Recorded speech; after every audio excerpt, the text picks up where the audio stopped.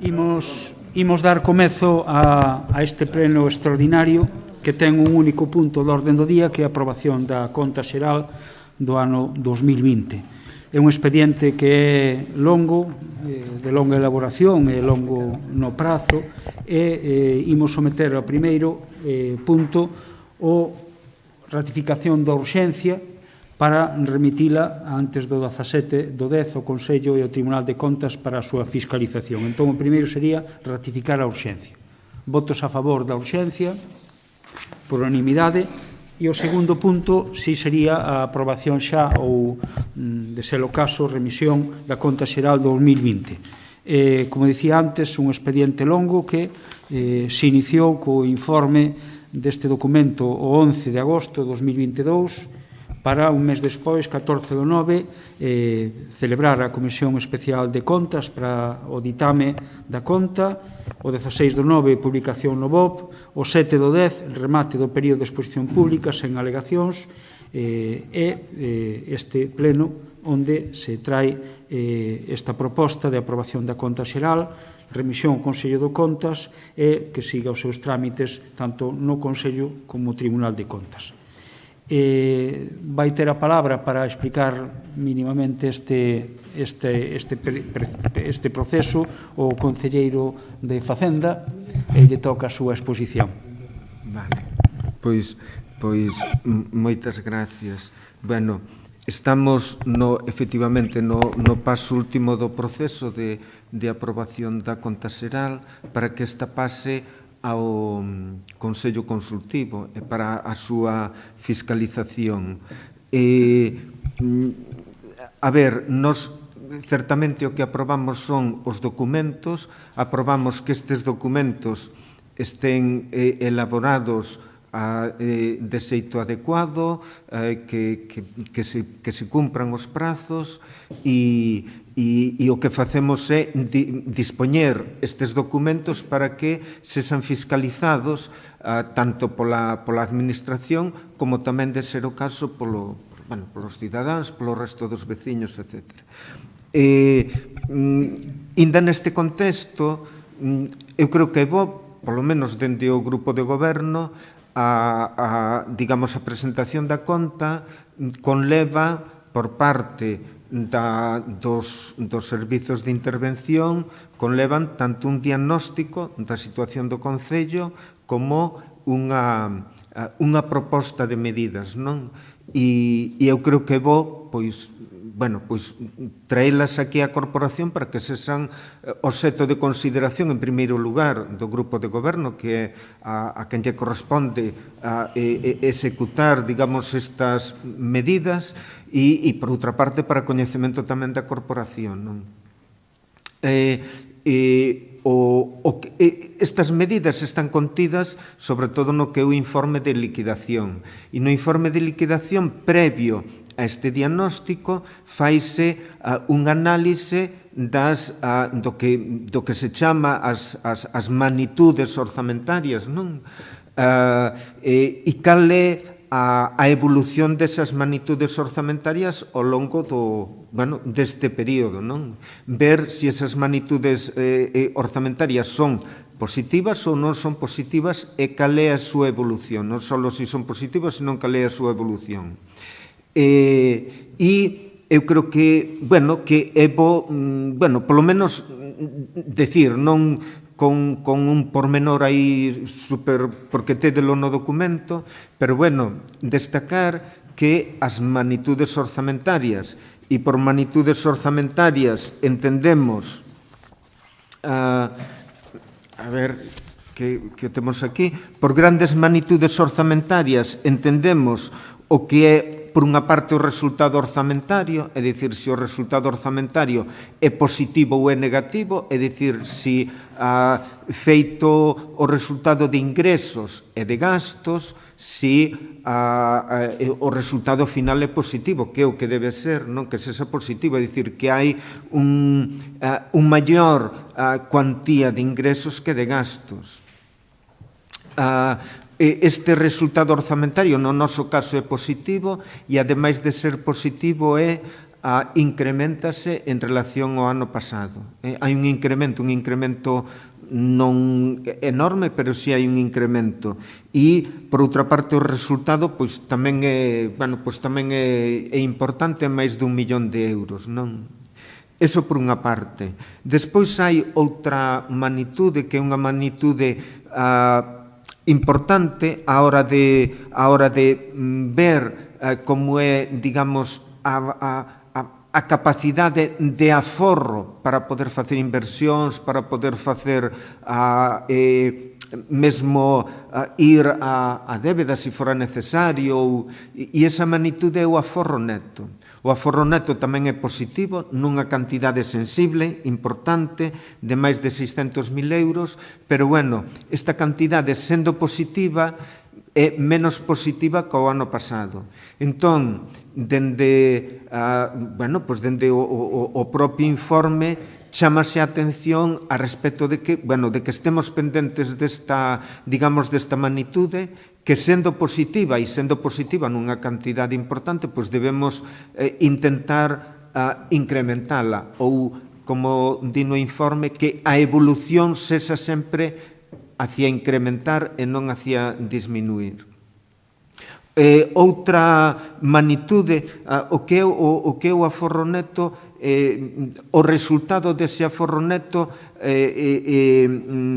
mide a capacidade que o Concello ten pois para investir, para crear novas inversións, o sea, para ir máis alá do que é o gasto corriente, non? Que é un objetivo principal do goberno nun concello, non? E despois está a capacidade que se deriva do anterior, que a capacidade ou necesidade de financiamento tamén é positiva, un pouco menos co ano pasado, pero é positiva. É positiva tamén unha cantidade importante de casi 800.000 euros, e o remanente de tesourería para gastos xerais, que tamén é unha cantidade positiva e superior ao ano pasado. Neste ano, é ao redor de 1 millón de euros. Ahora non teño aquí a cantidade exacta, pero é ao redor de 1 millón de euros, non? E é unha cantidade significativa e importante. Estas magnitudes son unhas magnitudes, primeiro, que din, como destaca o informe, que a saúde económica do Concello pois é aceptable, é boa, todo pode ser mellor, pero é boa, e sin persuízo de que, sendo boa, haxa que tomar medidas para mellorar esta situación económica, non? Hai outros indicadores que son importantes e que é importante destacar, e é o grado de execución do orzamento. O grado de execución do orzamento é superior no apartado de ingresos ou apartado de gastos.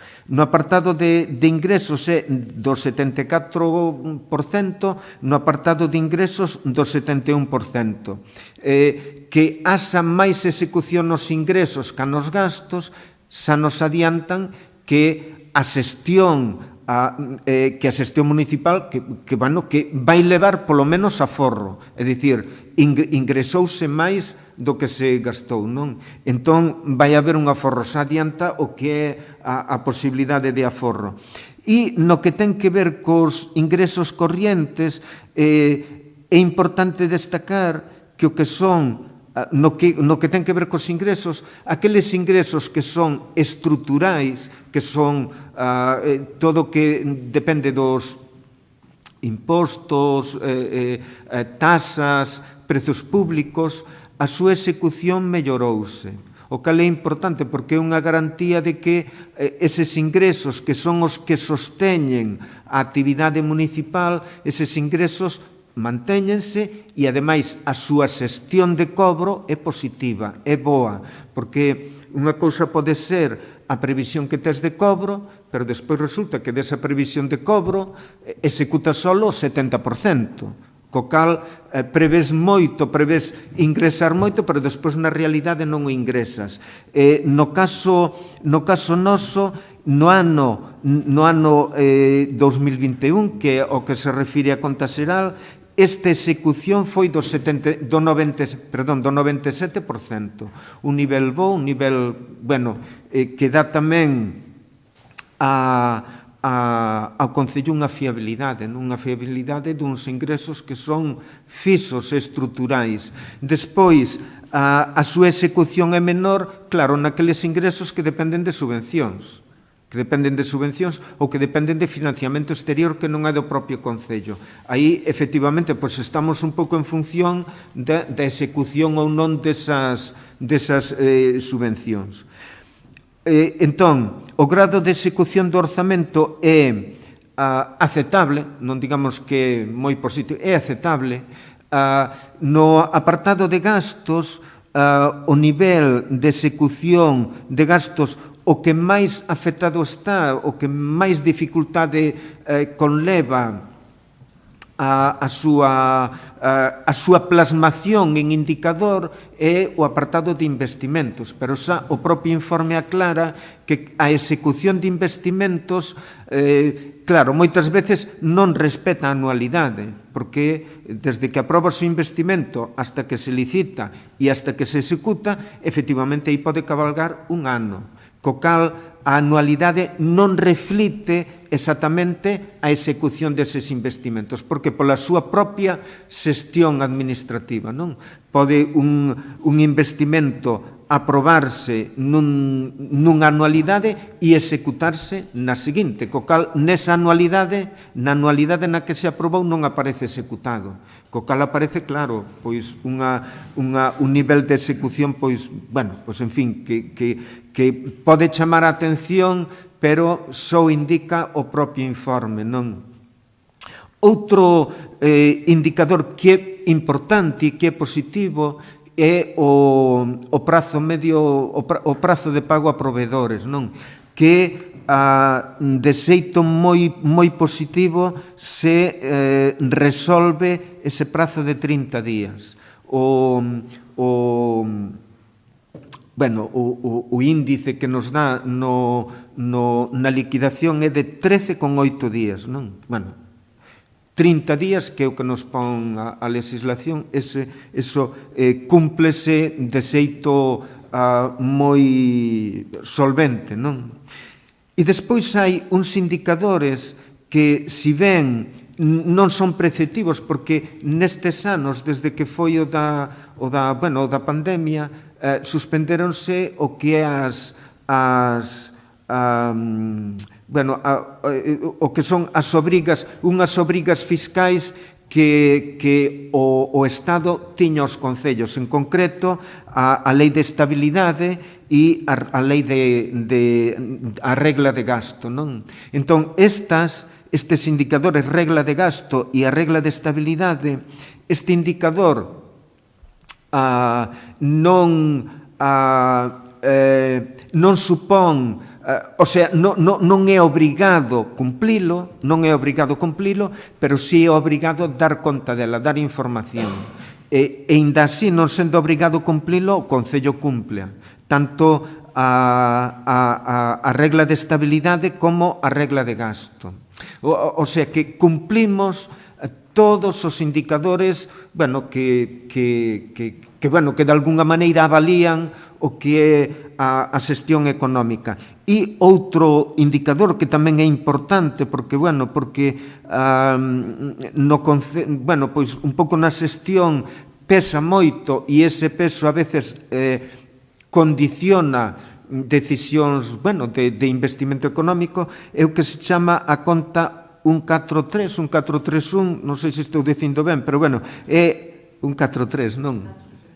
413, perdón, pois esa conta a cal van aqueles gastos que non tiñan crédito, que foron realizados por razón de urxencia ou por razón de emerxencia, entón foron gastos executados sen o conseguinte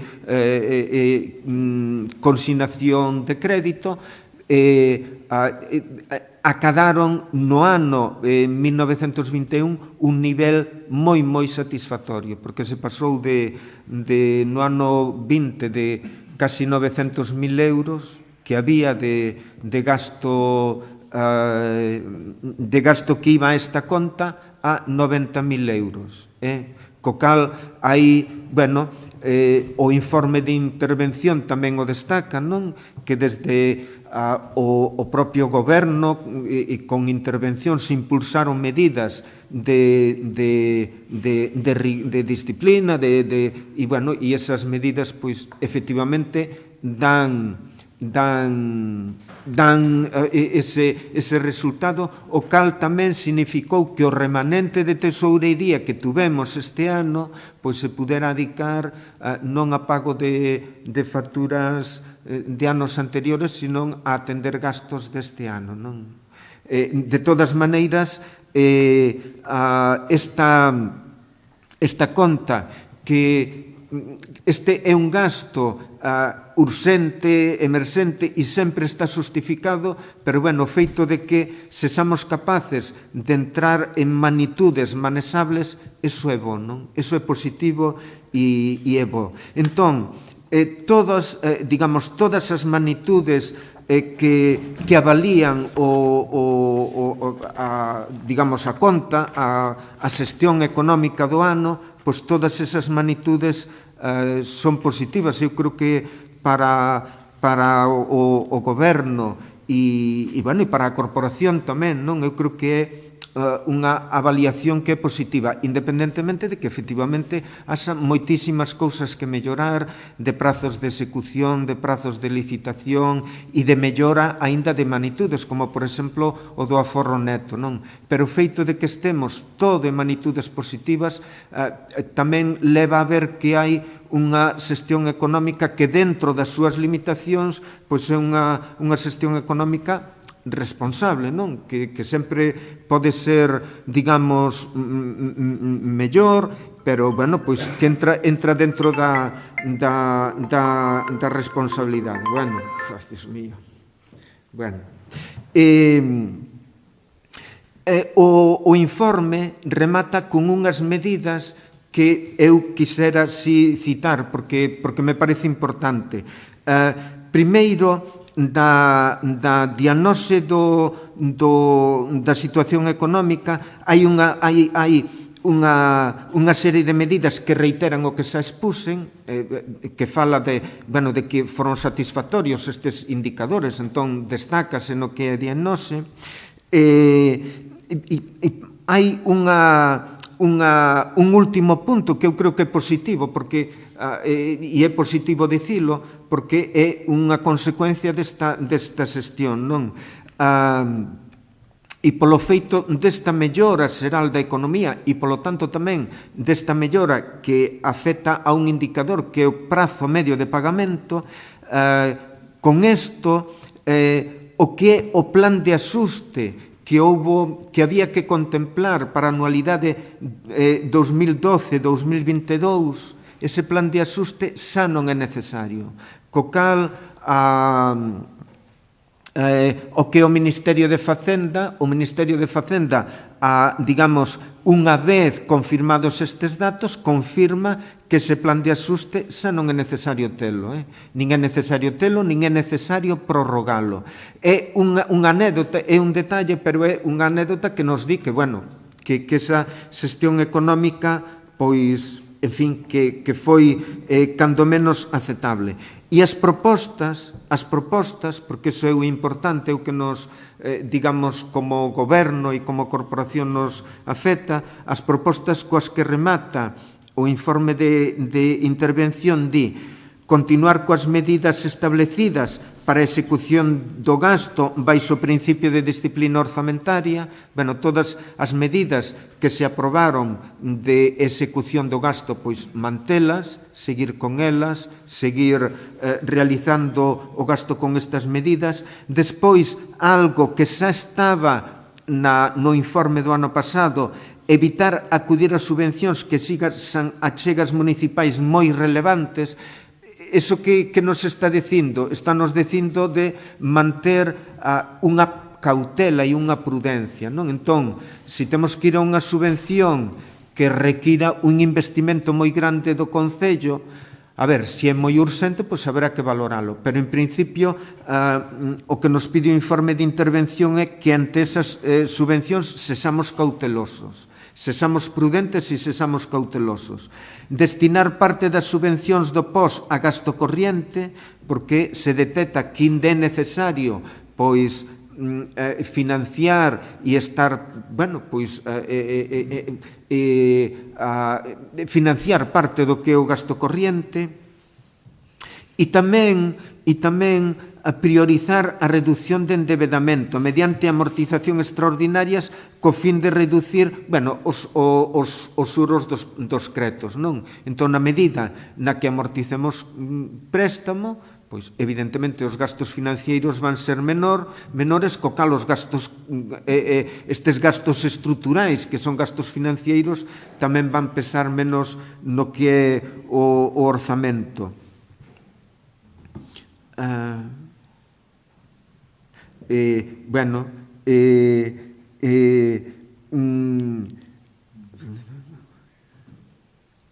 Bueno, evitar para o que é o gasto corriente, iso é algo que se nos reitera e que evitar que o gasto corriente se teña que atender con ingresos extraordinarios, non? Cal é o ingreso extraordinario? Pois un é o POS, outro é o remanente. Entón, intentar que o gasto corriente se atenda con ingreso corriente. Iso é basicamente o que se nos está dicindo. E manter a reducción da conta 413, bueno, da conta de gasto sin aplicación de crédito, e despois chámasenos non, advírtesenos de que estemos pendentes do aforro neto e de que este aforro neto pois se manteña e na medida das posibilidades se incremente, porque o aforro neto é unha das magnitudes que mellor indica a saúde económica do Concello, non? Entón, a conclusión, imos presentar toda esta documentación e a avaliación que presenta esta documentación, toda a documentación contable, toda a documentación da xestión económica, inclúe un documento de avaliación e esta avaliación con todas as, digamos, as reservas de dicir todo pode ser mellor, por suposto que todo pode ser mellor, pero a avaliación que se fai desa xestión é positiva, non? Positiva, xa non digamos moi positiva. É positiva, é boa. É un camiño bo para seguir traballando, seguir avanzando, pois, nunha xestión económica do Concello cada vez, pois, máis saudable para poder atender, non saudable por capricho, senón para poder atender todas as necesidades de investimento, todas as necesidades sociais, todas as necesidades que nos plantexa o traballo aquí no Concello, non? Nada máis, moitas gracias. Ten a palabra a voceira de Cidadáns.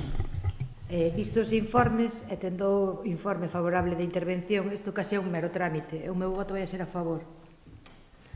Voceiro de Rianxo en Común. Grazas, alcalde. A verdade é que é tal o carácter positivo do conselleiro de Facenda que hasta se... volvía aos felices anos 20 do século pasado aí por un momento, non? Que verdadeiramente efectivamente, hoxe que estamos aquí, como decía a voceira de Cidadáns, é para dar trámite aos documentos e remitirlos para que sexan evaluados conforme marca a normativa, pero, a lectura que se pode facer deles pode ser esa que fixo o Conselleiro de Facenda ou pode ser outra ben distinta e que, por outro lado, temos feito xa en varias ocasións, non? A última foi cando aquí estivemos falando das inversións que se iban realizar en cargo ao remanente de tesourería. Fixemos daquela unha serie de observacións ao respecto que, aí quedaron no aire e tampouco non foron atendidas, que hoxe tamén poderíamos volver a repetir, non? Sin entrar nelas, aínda que pasaremos por ese par de cuestións que antes se aludiron. Tamén non nos queremos olvidar, en de que, bueno, cando entramos a debatir certas cuestións, pois ao mellor deixámolas de lado, pero nós temos abogado, non, dende o primer día que entramos aquí, por intentar, ainda que, bueno, moito me temo que isto supoñería un maior traballo para os servizos técnicos, ainda que deberíamos intentar que non fora así, pero deberíamos intentar que toda a documentación que vai relativa á xestión económica, tanto o orzamento primeiro como contas xerais e toda outra, especialmente este tipo de documentos que son sometidos a exposición pública, que tiveran un carácter divulgativo, non, para que esa exposición pública pudera, cando menos, ser apoiada por esa outra documentación. De feito, tanto era o noso empeño que mesmo chegamos a propoñer, incluso o Pleno tamén o aprobou, optar polo camiño dos orzamentos participativos e demais, pero, bueno, esa é outra temática. En calquer caso, esta reivindicación que temos feito, eu creo que é conveniente que poñela sempre encima da mesa para tratar de, bueno, este tipo de documentación e isto que hoxe aquí falamos de maneira interna, pois tamén ser capaces a trasladalo de portas para fora dunha maneira didáctica, divulgativa e pedagóxica, non? Volvendo ao que antes comentaba, insisto, por non entrar demasiado nos temas que xa abordamos fai apenas unhas semanas, non? Falaba o conselleiro de Facenda deses aspectos positivos que a conta xeral mostran, como é, por exemplo, o prazo medio de pago a proveedores, non? O prazo medio de pago a proveedores non reflite a realidade, non? Non fai falta tampouco afondar nesta cuestión.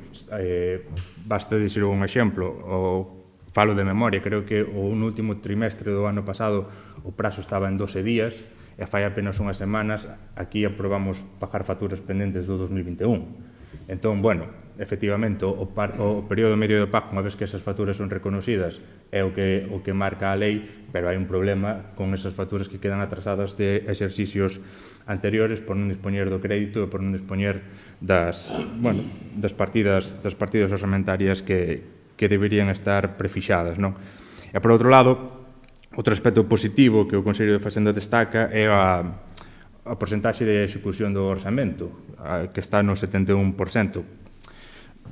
Para nós, isto xa non sería aceptable que un orzamento este executado no 71%, ou sea, menos da cuarta ou da terceira parte de maneira xeral, pero ademais hai que ter en conta que este orzamento foi aprobado en novembro. Se con un orzamento aprobado en novembro este executado o 71%, xa me dirán como podemos explicar, e isto eran as dúdas que tamén poñíamos encima da mesa, insisto, fai unhas semanas e que a día de hoxe non atopamos resposta. Entón, unha vez que temos estas premisas, tratar de debatir outras cuestións de máis calado, realmente nos parece estar xogando unha especie de fisión a que non estamos dispostos. En calquer caso, como antes se decía, hoxe estamos aquí para dar trámite aos documentos, non se deron esas explicacións antes, tampouco non as esperamos agora, así que seguiremos agardando por elas e, mentras tanto, remitiremos esta documentación a quen compre remitilla, nada máis. Ben, voceira do Partido Socialista. Gracias. Eu creo que é un mero trámite, pero un trámite bastante complexo e que, de feito, hai moitos concellos que non son capaces de facelo nin en plazo, nin a veces facelo. Por iso eu, a miña os meus parabéns ao Servicio de Intervención por ter feito e elaborado todos eses documentos contables que xerou o exercicio pasado e que os vamos a aprobar casi en prazo. Respecto deso que vostede fala tanto por cento de execución do orzamento e vinculo coa aprobación en novembro, creo que me corrixa a interventora porque hai que darse conta de que, aínda que non teñas aprobado un orzamento en prazo, como debe ser a 1 de xaneiro, ese funcionamento do Concello vai funcionando como un prorrogado que, despois, unha vez que se aproba, hai que facelos cadrar e dai é onde sale despois o resultado, máis ou menos. Non sei se é así exactamente. Pero, quero dicir que porque non haxa un orzamento, as cousas gastanse e despois, cando hai o orzamento, se o hai, pois teñeno que facer, non sei como se chama ese procedimento, pero esa creo que é a explicación con as miñas palabras. xa falei do trámite importante que é, emprazo, por iso, dentro do noso grupo, non podemos máis que apoiar, por suposto, e que mandalo para onde teñan que fiscalizalo e que digan nada máis. Ben, voceiro do Partido Popular. Boas tardes.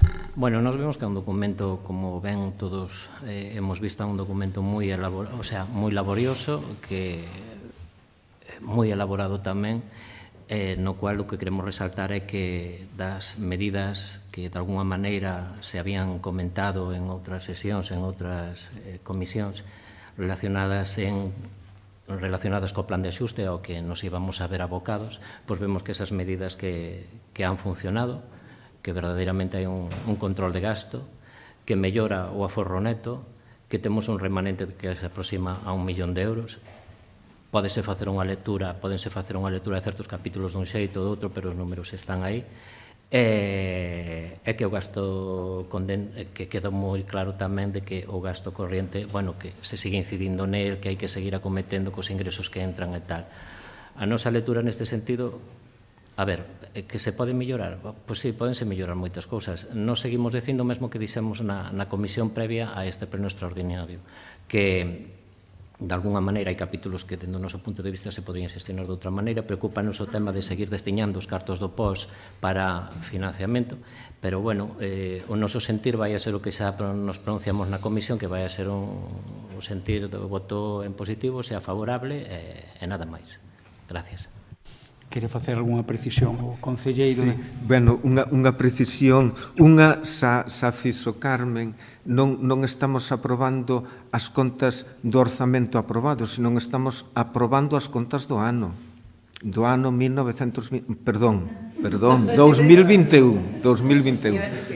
Vale. As contas do ano 2021, de xaneiro a decembro, independentemente que aí no medio houbera unha parte desa execución que fora prorrogada e outra fora a corresponder ao orzamento. Bueno, pero isto que xa foi aclarado, a outra aclaración que sí que me parece máis importante e que ademais é reiterada por parte sobre todo vosa de Rianxo en Común, non? Vamos a ver, desde intervención nas comisións de Facenda, cando estamos neste trámite da conta xeral, sempre se nos di o documento fundamental é a liquidación. Sempre se nos di, fixádevos na liquidación. E eu quería decir isto por qué? Porque por parte de intervención faise un esforzo enorme por facer un informe de liquidación enormemente claro e enormemente entendible. E é dicir, a pouco que o vexades, é enormemente entendible, pedagóxico, porque vai explicando as magnitudes unha a unha, o que é. Antes de dar os datos, explica o de xeito que, a ver, é un documento económico que require o seu esforzo, pero, por outra parte, é un documento enormemente pedagóxico. Entón, neste sentido, eu quero tamén valorar, e ao mellor o que temos que facer nós é facer un esforzo por centrarnos máis na liquidación, estudiar máis a liquidación e sacar as consecuencias, pero darnos conta que é un informe xa elaborado dende intervención con ese sentido de divulgación casi, non de pedagóxico, de decir, bueno, fago un informe non seco senón fago un informe intentando explicar o que vos estou dicindo. E eu creo que nese sentido xa hai unha base pedagóxica no que é documentación, que é liquidación, claro, que é o documento que se nos recomenda que miremos. Despois hai un montón de outros documentos que son contables, que por suposto é moito máis árido, pero a liquidación é moi entendible. Entón, inda recoñecendo que podamos nos reelaborar algo máis divulgativo, por parte de intervención xa se está facendo ese esforzo. Eu creo que é de xustiza tamén recoñecelo e poñelo aquí, non? Nada máis, era só esa precisión. Moitas gracias. Sí, eu tamén quería facer só unha tamén referencia que o campo de xogo que marca o debate da conta xeral é o que é. É dicir, conta xeral foi dura de traballala no ano 2020, no 2019, no 2018 e no 2017. É dicir, que o terreo de xogo non varía. É dicir, as explicacións de que é aforro neto, remanente de tesourería, etc., son o que forma parte deste debate en cada ocasión. E hai momentos onde o aforro neto non foi positivo ou non tan positivo, houve momentos onde o remanente de tesourería foi negativo, houve momentos onde o período de pago a provedores foi tremendamente negativo. E iso non variou. Ese terreo de xogo sempre foi o mesmo. Este ano saen bastantes magnitudes nunha boa línea, vale? Que son, noutro momento foron diferentes, ou algunha delas, non todas sempre foron negativas no mesmo momento, pero sí que houve períodos onde sí que algunha frouxeou ou algunha se achegou a un nivel perigoso ou onde outra pois non daban, como foi o período medio de pago a provedores, non? Agora, ese mesmo terreo de xogo e ese mesmo cálculo empeza a dar froitos positivos. Porque antes nos fiábamos cando daba negativo e agora que dá positivo, pois non nos fiamos. Vale, ou collemos un sistema para medir ou outro. O sistema da conta xeral sempre foi o mesmo. E o período de pago é incuestionable de que agora comeza a mellorar. E evidentemente que hai algunha factura que vai permanecer non estes 13, 15 días ou 20 días ou meses aí, sen pagar, por algunha circunstancia. Algunha factura. Pero dentro dun abano de varios millóns de euros de pago de facturas, unha factura pequena non invalida o pago, o período medio de pago a provedores. Non o vai invalidar. Por iso, isto hai que non mirar que unha factura ou esta facturiña aparece agora ou aquela cousa destes miles de euros, non sei que. Estamos falando de pagos de varios millóns de euros. E iso é o que calcula o período medio de pago a provedores. Por iso, cando sai que son 13 días no último período, pois efectivamente indica unha boa dirección. Pero sale o cálculo do trimestre. E todos os trimestres non foron bons. Foi o último. E tamén hai que dicilo. E entón, a línea que hai que seguir é a deste último, é buscar que os trimestres se vayan parecendo máis a este último, de 13 días, que o do primeiro trimestre, que foron 60 días. Pero incluso da media, entre 60 e 13, pois saliría moito máis achegado aos 30, que é o que ten que marcarse a lei, non?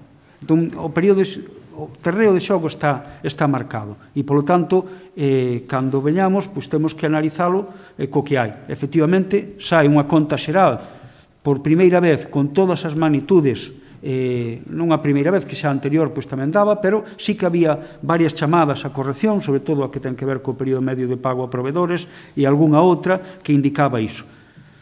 Falaba tamén unha referencia, porque tamén fixo o voceiro de Rianxo en Común a un dos últimos plenos no que aprobábamos o destino do remanente, facer a reflexión de que efectivamente algunhas deses destinos son investimentos que están a piques de aprobarse unhas novas cláusulas de contratación e algúns están sobre a mesa porque tiñan uns importes importantes que grazas aos remanentes se desbloquearon e están agora precisamente sacándose a licitación de todo iso que aprobamos hai 2-3 meses. Está agora, e a nada que se abra o perfil do contratante, pois vai a ver que aparece o proxecto de Quintáns, vai a ver que aparece o proxecto de Vilas, que vai a ver que aparece o proxecto de Pousada, varios de investimentos que teñen que ver con asfaltados, varios que teñen que ver con parques infantís, que foi o desatasco do último remanente que vai permitir que se fagan.